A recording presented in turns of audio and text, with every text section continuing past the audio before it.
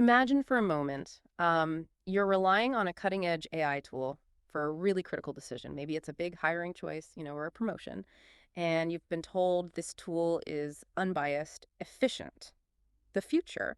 But then you look at its recommendation and, well, something just feels fundamentally unfair. Perhaps it's clearly disadvantaging someone without, like, a justified reason. In that moment, what's your gut reaction? What do you actually do? Welcome to the deep dive. Today, we're plunging into the fascinating and, yeah, sometimes unsettling world of algorithmic unfairness. We'll explore how these powerful systems can, often unintentionally, generate biased outcomes. And crucially, how our human perception and, our moral compasses deeply influence whether we accept or reject their advice. So this deep dive draws in some really impactful recent academic work. We're primarily looking at a significant 2025 paper from the Information Systems Journal by Gasamagai and Kordzida. This paper presents experimental findings on how managers specifically perceive and react to unfair algorithmic recommendations in the workplace. And we're also going to weave in some broader insights from Chara's really thought-provoking 2025 article, Prescriptive Ethics in the Age of Algorithms, which, really expands on the societal and ethical implications of this technology, including that vital concept of duty of care. Right. So our mission today is to equip you with a concise yet thorough understanding of this complex topic, giving you the key insights and hopefully those aha moments you need to be well informed about the ethical challenges of AI in decision-making. Okay, so let's start at the beginning. What exactly is algorithmic unfairness? It sounds like something from a sci-fi movie, but it's very much a real-world challenge, isn't it? It really is. Fundamentally, we're talking about data analytics, or DA, Yes. tools. These are basically software applications designed to help us analyze vast amounts of data. And they do this using algorithms, essentially, a finite set of rules or instructions for solving a specific type of problem. So algorithmic unfairness happens when one of these DA tools gives a recommendation that just doesn't align with what's deserved. It Yeah. might favor specific individuals or groups without any legitimate merit-based reason. That distinction is so important. Merit-based. The research paper gives a compelling example that really brings this to life. Picture Mike, a manager who's using a DA tool for promotion decisions. The tool recommends John for a sales management position, but Mike knows, like unequivocally, that Sally is far more qualified. Immediately, Mike questions the fairness of this recommendation, and he starts to think about rejecting it. This scenario, unfortunately, isn't just theoretical. It also touches on real-world issues like the glass ceiling phenomenon, where, these invisible barriers hinder women's advancement. Algorithms can maybe inadvertently kind of solidify these existing biases. Exactly. And the researchers actually differentiate between several types of algorithmic unfairness, which is really helpful for understanding the nuances. First, you have group unfairness. Mm. This is when you see adverse outcomes for specific demographic groups as a whole. It's often measured by something called demographic disparity, where, for example, an algorithm might consistently favor males for managerial positions across the board, not just in one case. So that's broad, like a statistical pattern, almost systemic. But then there's individual unfairness, which I understand was the core focus of this particular study. That's right. Individual unfairness is about one person, like Sally in Mike's example, being treated inequitably. Yeah. It's based on their broader group characteristics rather than their actual merits or qualifications. It really violates that core principle. Mhm. Never favor a worse individual over a better one. Right. And specifically within that, the study examines distributive unfairness. This type of unfairness focuses on how benefits and burdens are actually well distributed. For managers in an organizational context, this is often the most clear-cut type of unfairness to assess because it's about the tangible outcome. Who gets the promotion? Who gets the opportunity? Who receives the resource? Makes sense. Yeah. While other types like procedural unfairness, flaws in the process, or informational unfairness like lack of clarity in the decision information are also vital, they were less central to this specific study's focus. The focus was really on how managers react to the outcome of an algorithm. And this is where it gets really, really interesting for me. We often think of fairness as this objective metric, something you can just, I don't know, measure with a ruler. But the research shows it's profoundly about human perception. It's not just what the algorithm does, but how we perceive it. Absolutely. That's a key point. While computational scientists often treat algorithmic fairness as something that can be objectively measured, maybe through statistical properties, researchers in fields like FACT, that's fairness, accountability, and transparency in HCI, human-computer interaction, as well as information system scholars, They really emphasize that fairness is a multidimensional concept, and it absolutely includes human perceptions.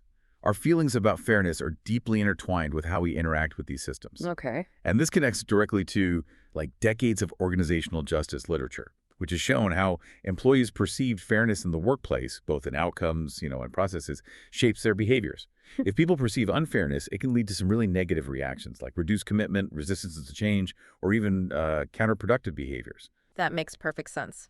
And that leads to something we sometimes call algorithm aversion, this tendency for people to actually prefer human decision makers over algorithms, especially in contexts where human intuition is seen as crucial, like, say, recruitment. It's almost like we perceive human decisions as inherently fairer, even when they might not be objectively, simply because maybe we can relate to a human decision maker in a way we can't with a black box algorithm. And it's true that these fairness perceptions can vary too, depending on how benefits or burdens are distributed. For instance, some research found that distributing a loan based on repayment rates using an algorithm was perceived as fairer than just an equal distribution among all applicants. Yeah. So that indicates maybe a preference for merit-based fairness, even from an algorithm. Also, your own personal characteristics, like your gender, can significantly influence your perceptions of algorithmic fairness. Women, for example, might be more likely to oppose algorithms that seem to harm female subjects. Interesting. So we might prefer humans, even if algorithms could be more objective on paper, because of that perception layer. This leads directly to the core question of the Gossamer Guy study. If this human perception of fairness is so critical, what truly influences a manager's willingness to accept these algorithmic recommendations, especially when they might seem unfair? Right. So the study set up an experiment. They had 122 U.S. managers participate, and they specifically looked at job promotion decisions. They carefully created scenarios that manipulated two key factors. First, algorithmic unfairness. So, recommendations that were either fair or unfairly biased against women. And second, ethical leadership, presenting it as either high or low coming from a supervisor in the scenario. Okay, so what did they find? Well, the core findings from this main study were quite telling. First, they confirmed the direct impact of algorithmic unfairness. Pretty straightforward. When the DA tool made unfair promotion recommendations against women, it significantly reduced the manager's perceived distributive fairness. So how fair they thought it was went down. And what this really means is that a manager's perception of unfairness acts as a direct filter. If they believe the algorithm is unfair, their willingness to accept its recommendations significantly drops. It directly impacts their decision. That's a powerful connection. So it's not just about the raw data, but how a manager's own sense of right and wrong engages with it. Exactly. And that brings us neatly to the second key finding, Hmm. the crucial role of moral identity. Hmm. So managers' moral identity, which is defined basically as the extent to which being a moral person is central to one's self-definition. This actually shaped how they reacted to the algorithmic unfairness. How so? Well, what they found was that managers with a high moral identity perceived significantly lower distributive fairness when the recommendations were inequitable. These individuals are just, more sensitive to unfairness. They feel a greater obligation to address it.